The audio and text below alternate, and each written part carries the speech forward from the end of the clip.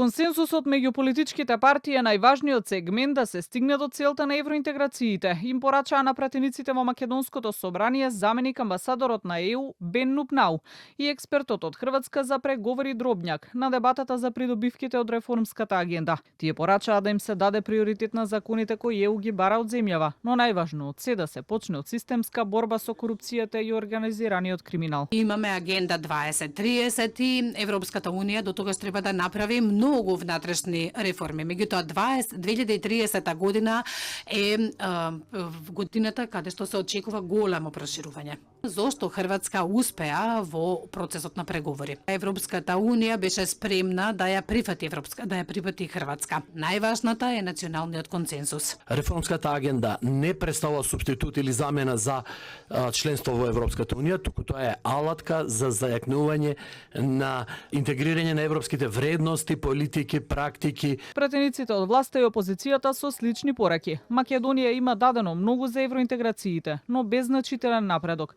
Опозицијскиот лидер Филипче изјави дека застојот на Македонија значи и губење милијарди евра поддршка од Унијата, додека пак председателот на Комисијата за европски прашања Милошовски оцени дека под знак прашалник е и волјата за проширување со нови земји членки. Сметам дека премногу долго трае нашиот пат кон Европската унија, сме дале многу жртви.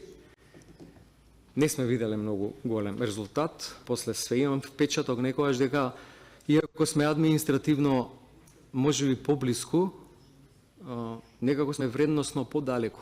Некои земји членки внатре во Европската унија веќе отворено најавуваат дека Европската унија во моментов не е спремна за полноправно проширување со други земји членки.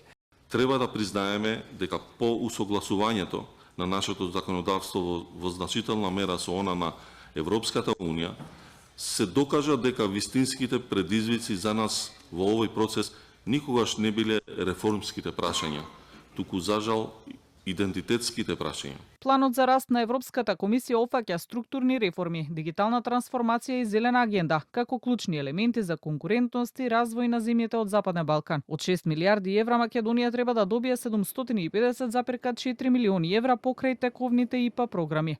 Инаку земјава е прва од регионот која неодамна ја доби првата транша од 52,4 милиони евра од предфинансирањето.